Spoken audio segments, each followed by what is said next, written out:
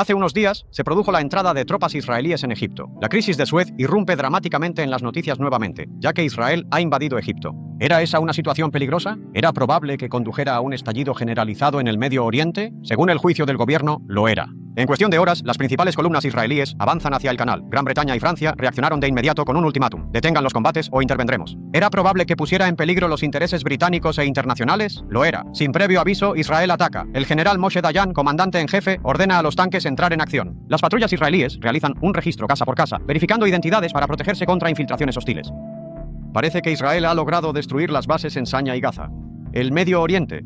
Daños extensos con hogares destrozados en la Franja de Gaza, sobre los recientes enfrentamientos entre las fuerzas egipcias e israelíes. Escaramuzas descritas como incidentes fronterizos. Hecho duro y sombrío. La realidad que ninguna palabra podría alterar. Hubo manifestaciones de árabes palestinos pidiendo el regreso del control egipcio. Estas acciones no solo pretenden poner fin a los combates ahora, sino también traer una paz duradera a una zona que, durante 10 años, ha vivido o intentado vivir en un estado constante de guerra. Egipto, listo para colocar la Franja de Gaza bajo control internacional. La Fuerza de Emergencia de las Naciones Unidas estaba lista en la frontera. La primera pregunta no es cómo comenzó, sino cómo apagarlo. La Fuerza de las Naciones Unidas entra en acción por la noche mientras estaba en vigor un toque de queda. Hay momentos para el coraje, momentos para la acción, y este es uno de ellos. En interés de la paz, espero que hayamos aprendido la lección. Mientras tanto, las tropas de las Naciones Unidas han tomado el control militar en Gaza, y el punto conflictivo del Medio Oriente se convierte en un problema del Parlamento Mundial de Naciones.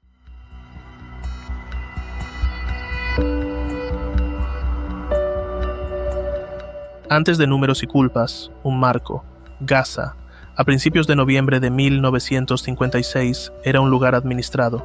Campamentos de refugiados gestionados con tarjetas de racionamiento y listas escolares, clínicas de las Naciones Unidas registrando tratamientos, oficinas municipales emitiendo permisos y avisos de entierro, libros parroquiales registrando muertes, familias beduinas moviéndose por rutas más antiguas que la frontera. Cuando llegó el ejército, la mayoría de los civiles no se encontraron con una batalla. Se encontraron con órdenes. Proclamaciones de toque de queda se colocaron en las paredes y se transmitieron por radio. Distritos enteros fueron marcados como áreas cerradas.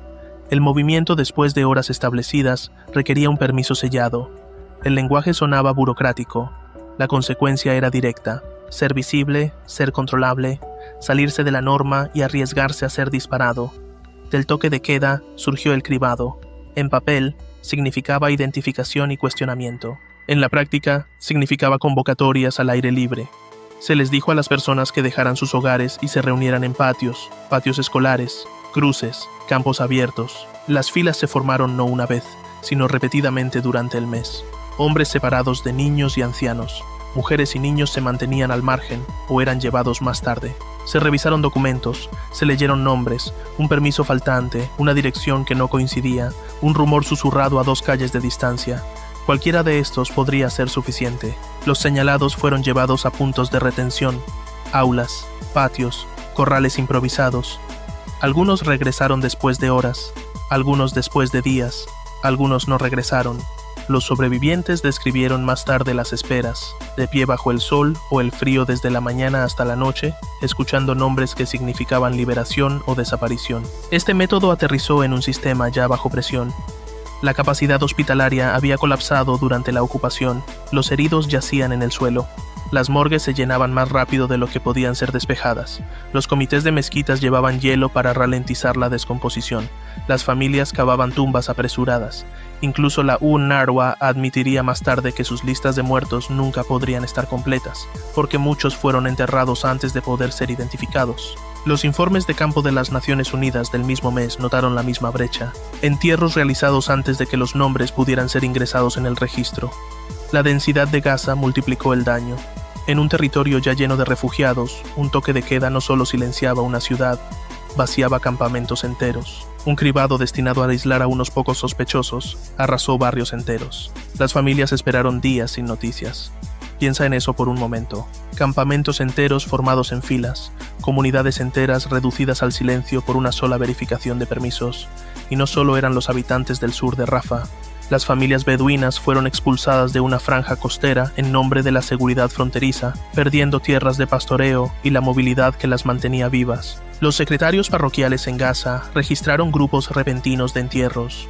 Los maestros marcaron escritorios vacíos. Las mujeres llevaban documentos del hogar, Atendían a los heridos y presentaban peticiones por esposos e hijos que nunca regresaron a casa. El lenguaje del momento hizo su propio trabajo. La redacción oficial comprimió lo que sucedió en palabras neutrales: incidentes, disturbios, operaciones de cribado. En los periódicos árabes de esa misma semana, las palabras eran más directas: asesinatos, tiroteos masivos. Ambos conjuntos aún se encuentran en los archivos. La contradicción estuvo presente desde el principio. Otro contexto importaba. Dentro de Israel esa misma semana, los asesinatos por toque de queda en Kafr Qasim mostraron cuán letal podía ser la aplicación después de horas. Los tribunales allí más tarde llamarían a tales órdenes flagrantemente ilegales. En Gaza no siguió tal responsabilidad. El punto no es equiparar casos, es mostrar la continuidad de la doctrina, el toque de queda como control y el riesgo de que el control se vuelva mortal. La secuencia importa. Toque de queda para vaciar calles, cribado para controlar cuerpos y nombres, detención y traslado para eliminar a los marcados como dudosos. Esta no fue la primera vez que se ordenó a los palestinos abandonar sus hogares, ni la última. La ocupación no borra las protecciones civiles. Los civiles deben ser protegidos de la violencia y la intimidación, y el castigo colectivo está prohibido. Pondremos a prueba esas reglas contra lo que sucedió a continuación. Primero en Khan Yunis, luego días después Rafah. Ese es el orden en que los civiles lo encontraron. Khan Yunis enfrentó la secuencia primero. En los primeros días de noviembre los soldados entraron en la ciudad y los campamentos a su alrededor. Se sellaron los cruces de carreteras, se declaró un toque de queda. Altavoces y patrullas dijeron a la gente que permaneciera en el interior hasta ser llamados. Luego comenzaron las convocatorias. Los residentes describieron ser ordenados a los patios abiertos, patios escolares, parches de suelo duro cerca del mercado. Las filas se formaron una y otra vez durante esos días. Hombres separados de niños y ancianos, mujeres y niños, dijeron que se mantuvieran atrás o esperaran en casa hasta que se llamaran sus nombres. Documentos revisados, listas leídas. Cualquiera cuyos papeles no coincidieran con una dirección, cualquiera nombrado por rumor, cualquiera cuyo nombre apareciera en una lista, sacado de la fila y llevado a puntos de retención, aulas, patios municipales, esquinas valladas. Algunos de los primeros tiroteos en Khan Yunis ocurrieron durante este proceso. Los relatos describen ráfagas de disparos cuando la gente se movía demasiado lentamente bajo órdenes, o descargas disparadas directamente a las filas reunidas. Las clínicas registraron una repentina entrada de heridas de bala. Los cuerpos llegaron a la morgue más rápido de lo que podían ser procesados. Los registros parroquiales y municipales muestran grupos de entierros en esos mismos días, algunos con nombres, muchos sin ellos. Los trabajadores de campo de las Naciones Unidas en Gaza notaron la misma brecha, entierros realizados antes de que los nombres pudieran ser ingresados en el registro. Los números siguen siendo discutidos. Las listas mantenidas por la UNRWA, hospitales y comités de campamentos contaron a los muertos en grandes cifras al final del mes, pero cada lista solo vio parte del panorama. Cuerpos llevados a una clínica, nombres que un secretario reconoció, informes que un comité pudo reunir antes del próximo toque de queda. Algunos sobrevivientes insisten en que el número fue mayor. Los informes oficiales de la época ofrecieron cifras más bajas y llamaron a las muertes un efecto secundario de disturbios o disturbios. Cuando comparé las listas, vi la superposición, nombres repetidos en un registro faltantes en otro. Algunas muertes no se registraron hasta días después, cuando los heridos murieron en el hospital. Ese caos no fue aleatorio, fue estructural. Por ahora, la forma del evento importa. Personas reunidas bajo órdenes, cribados realizados bajo rifles y fuego real utilizado entre civiles. Piensa en eso, convocados por la misma autoridad que luego abrió fuego contra las filas que creó. Las detenciones se movieron junto con los tiroteos. Los hombres fueron llevados de Khan Yunis a recintos temporales. Algunos fueron interrogados y liberados en horas, otros después de días. Una parte fue trasladada fuera del distrito. Las familias presentaron peticiones ante la UNRWA y oficinas locales. Muchas nunca recibieron confirmación de dónde había sido llevado un familiar. Los maestros tacharon nombres en los libros de asistencia. Las madres esperaban fuera de los puntos de control, aferrándose a documentos que ya no abrían puertas. El trabajo de las mujeres anclaba las horas entre órdenes. Llevaban papeles para los hogares, negociaban con patrullas, transportaban agua antes del toque de queda y atendían a los heridos en habitaciones abarrotadas. Las familias beduinas en los bordes de Khan Yunis estrecharon sus círculos, pero el toque de queda y los puntos de control convirtieron el movimiento en un riesgo. ¿Quién tenía el control efectivo en esos días? Las órdenes seguían una cadena establecida. Los comandantes locales decidían cómo se realizaban los controles. Las patrullas imponían el toque de queda que hacía posibles las filas. Algunas partes de esa cadena están claras en el registro. Otras permanecen en la sombra por minutos perdidos y memorandos subestimados. Lo que está claro es esto: el fuego real y las detenciones no surgieron del pánico en una multitud, vinieron de órdenes ejecutadas a través de una cadena de mando. Para cuando el ejército cambió su enfoque al sur, el patrón en Khan Yunis ya estaba establecido. Toque de queda para despejar calles, control para manejar cuerpos y nombres, detención y luego traslado para remover a los marcados como dudosos. Fuego real usado entre civiles reunidos bajo órdenes, hospitales y morgues desbordados, entierros apresurados, listas incompletas. Días después, Rafa vería el mismo método escalado y sistematizado. Ahí es a donde vamos ahora.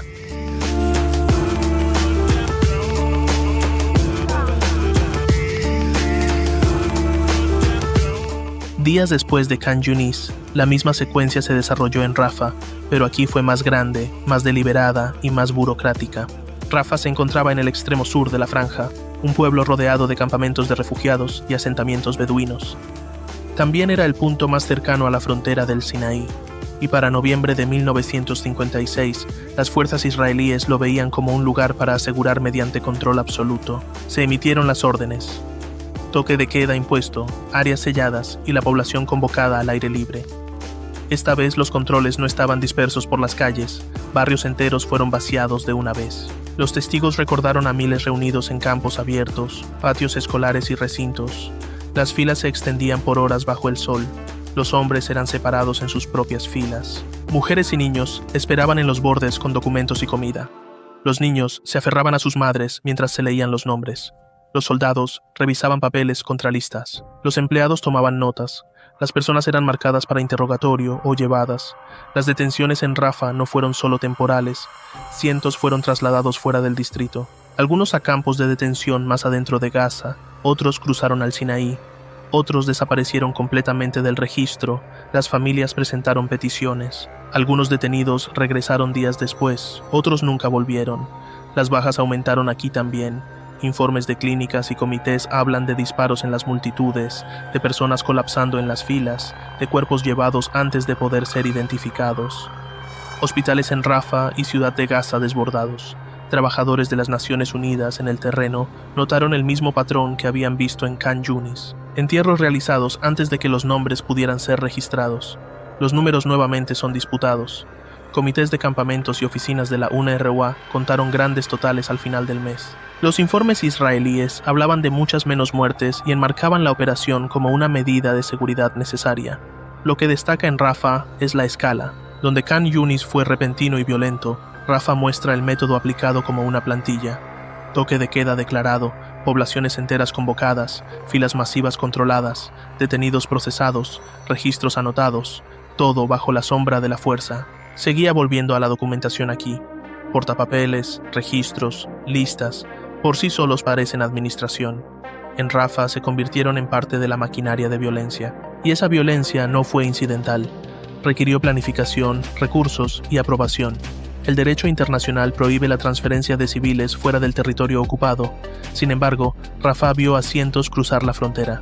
Las mujeres soportaron gran parte del peso invisible. Hacían fila con documentos del hogar. Buscaban en hospitales a los heridos y preparaban comida y agua para los familiares retenidos en los campos. Los maestros encontraron sus escuelas medio vacías. Las familias beduinas atrapadas en las redadas vieron su movilidad, la única protección que tenían, convertida en una responsabilidad en los puntos de control. Los secretarios parroquiales en Gaza registraron otro aumento de entierros en noviembre, coincidiendo con los informes de los campamentos. Para cuando terminaron las redadas, el método era inconfundible.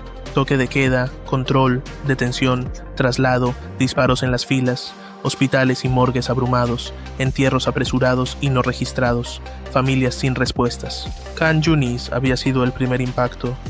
Rafah fue la prueba de que no fue un accidente, sino un sistema.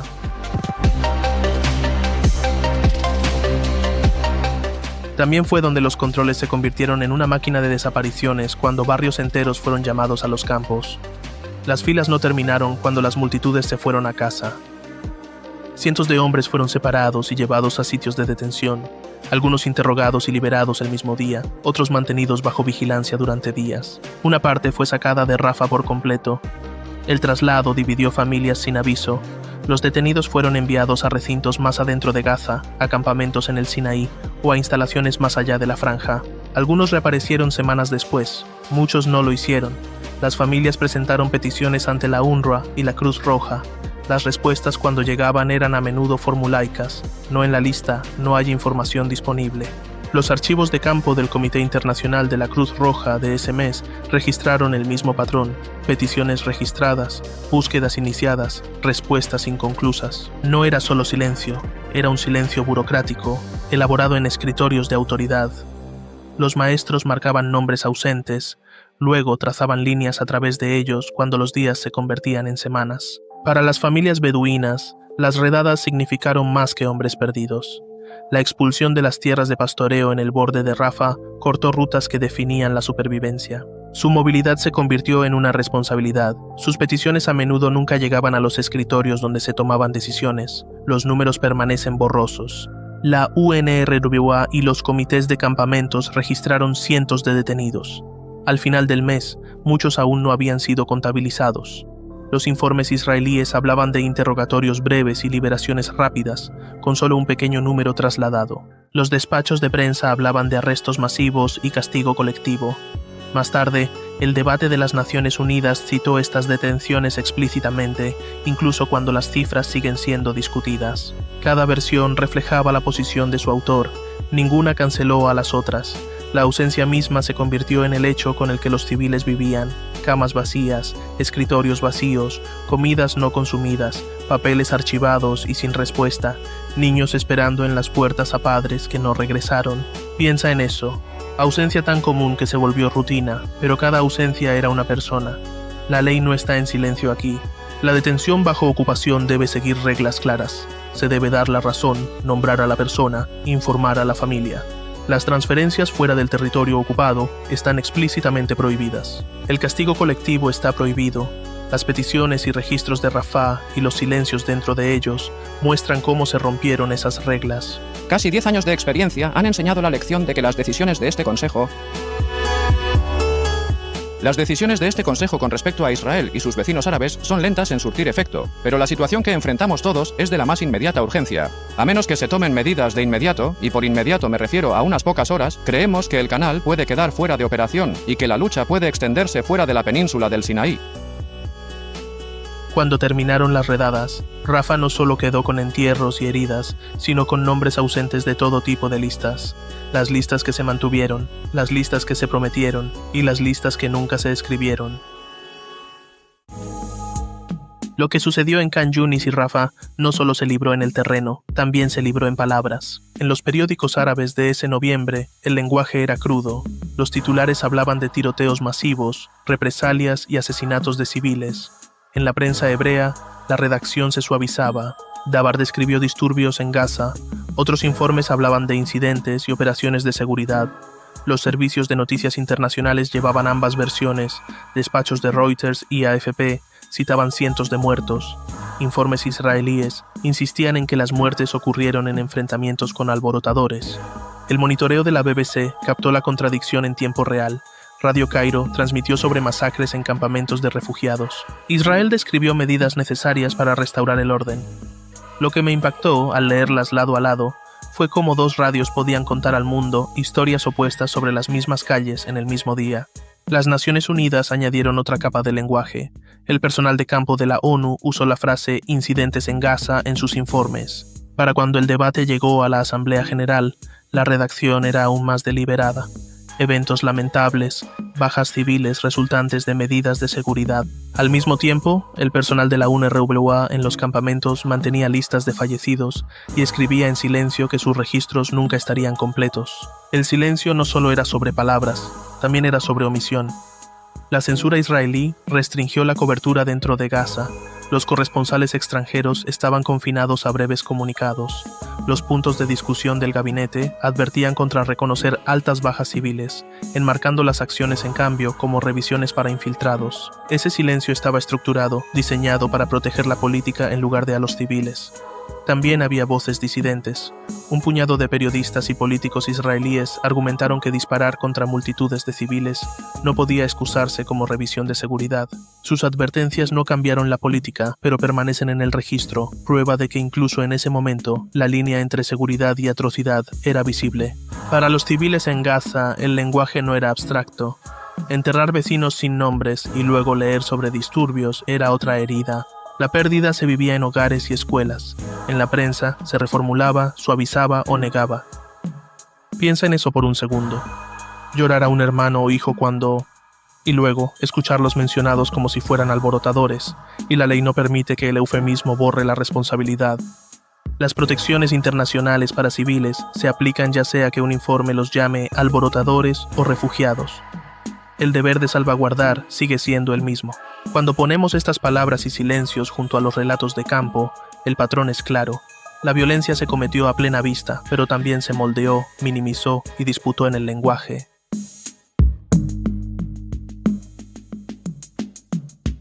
Después de los tiroteos, después de las transferencias, la vida diaria no volvió a la normalidad, se transformó en supervivencia. Los toques de queda dejaban las calles vacías durante días. Las familias racionaban la comida cuidadosamente, sin saber cuándo volverían a abrir las tiendas. Los convoyes de la UNRWA, anotados en los informes de noviembre, fueron ralentizados o bloqueados en los puntos de control.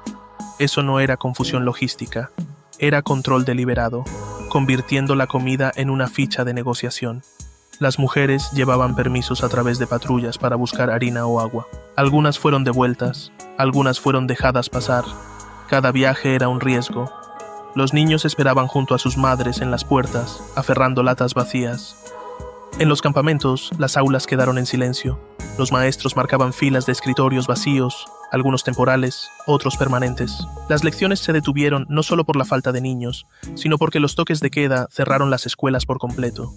Los secretarios parroquiales cancelaron servicios suspendidos. Los refugiados que ya habían vivido años en tiendas o refugios abarrotados se encontraron confinados aún más. Los hospitales trabajaban con menos personal. Los informes señalaban a médicos incapaces de llegar a los pacientes y pacientes incapaces de llegar a los médicos. Heridos tratados en casa con los suministros que las familias podían encontrar. Los comités de mezquitas se organizaron para mover hielo, agua y pan. En algunos campamentos, las mujeres formaron pequeñas redes, turnándose para llevar comida a los hogares bajo los toques de queda más severos. Lo que más me impactó fue cuántas veces esos registros mencionaban a mujeres llevando, organizando, manteniendo a las familias vivas mientras el sistema formal fallaba. Las familias beduinas desplazadas del borde de Rafah sobrevivieron adentrándose más en la franja. Perdieron acceso a rutas de pastoreo y dependieron en cambio de las raciones de los vecinos. Para una comunidad definida por el movimiento, la inmovilidad se convirtió en una herida propia. Incluso la radio hablaba en contradicción. El Cairo anunciaba masacres. Israel informaba de orden restaurado. Los resúmenes de la ONU los llamaban incidentes. Los comités de refugiados escribían sobre hambre y estantes vacíos. Para los civiles que escuchaban, la verdad no se medía en transmisiones. Se medía en el golpe en la puerta o la ausencia en la mesa. Piensa en eso por un momento. Escuchar una radio que dice que el orden ha sido restaurado mientras miras un estante vacío. Esto no es pintar a Gaza solo en términos de sufrimiento. La supervivencia en sí misma era una forma de resistencia. Las familias mantenían registros de los muertos cuando las listas oficiales fallaban. Los maestros mantenían listas incluso en aulas vacías. Los secretarios parroquiales y los comités de mezquitas enterraban a los no reclamados con dignidad. Y la ley es clara. Las protecciones internacionales garantizan el acceso a alimentos, agua y atención médica bajo ocupación. Obstruir esto no es un inconveniente burocrático, es una violación de la obligación. La ocupación transformó la vida diaria en escasez y miedo, pero no borró la comunidad. Ese hilo de persistencia es visible en los registros, en los testimonios y en la supervivencia de aquellos que continuaron bajo el toque de queda.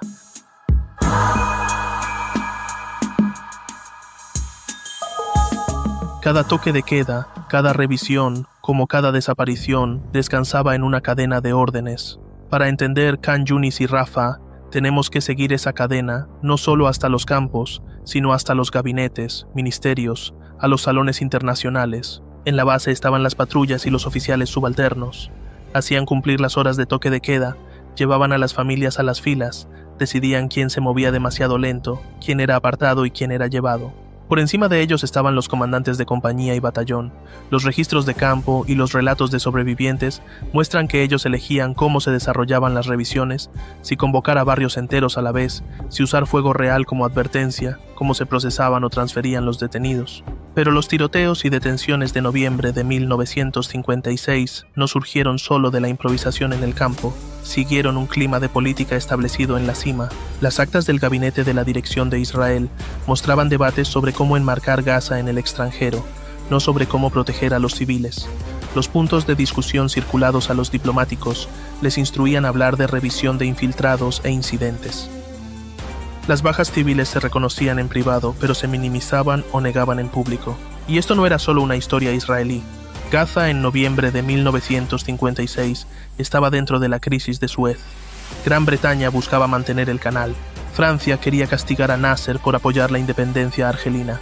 Israel vio su oportunidad de afianzar su control sobre Gaza y atacar profundamente en el Sinaí. Tres potencias se alinearon, cada una persiguiendo su propio beneficio mientras los palestinos pagaban el costo. Las Naciones Unidas revelaron la misma división entre principio y práctica. El personal de campo de la ONU informó sin rodeos sobre entierros y nombres desaparecidos.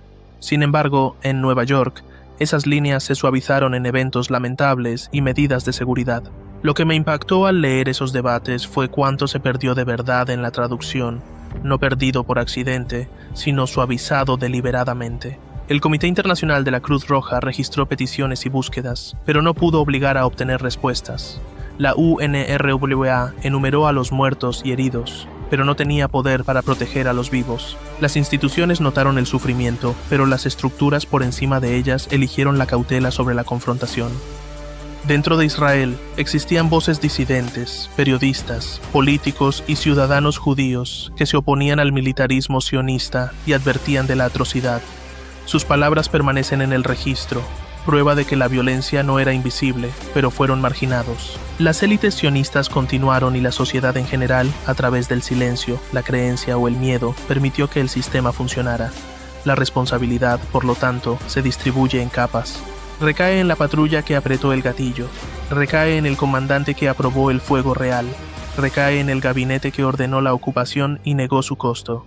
Recae en las potencias coloniales que lo permitieron y en las instituciones globales que lo suavizaron, y recae en la ideología del sionismo en sí, una ideología que prometió seguridad a través del despojo y obtuvo legitimidad no solo de los generales, sino de civiles dispuestos a aceptar o promover la violencia contra sus vecinos.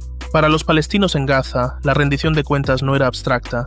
Se vivía en nombres ausentes, registros silenciosos, peticiones sin respuesta y silencios en los salones internacionales. Y noviembre de 1956 no estuvo solo.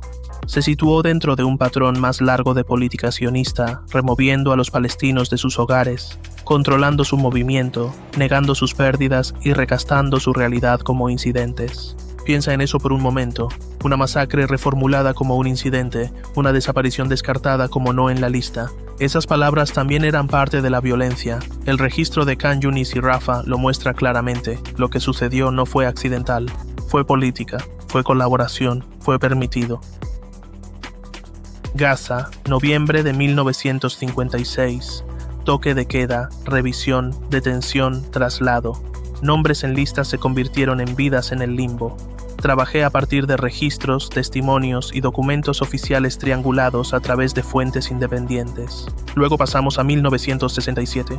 6 días redibujan el mapa. Los controles se profundizan, los puntos de control se endurecen, los permisos se multiplican, vigilando el movimiento de personas ya forzadas a abandonar sus hogares. Encontrarás fuentes en la descripción y la lista completa de reproducción de Palestina para la historia hasta ahora. Lee ampliamente, compara, forma tu propia opinión. Primero humano, segundo afiliación. Si esto ayudó, suscríbete y compártelo con una persona que valore la evidencia y la empatía. Gracias por ver Protayón. Sigue cuestionando, mantente curioso, sobre todo cuídate.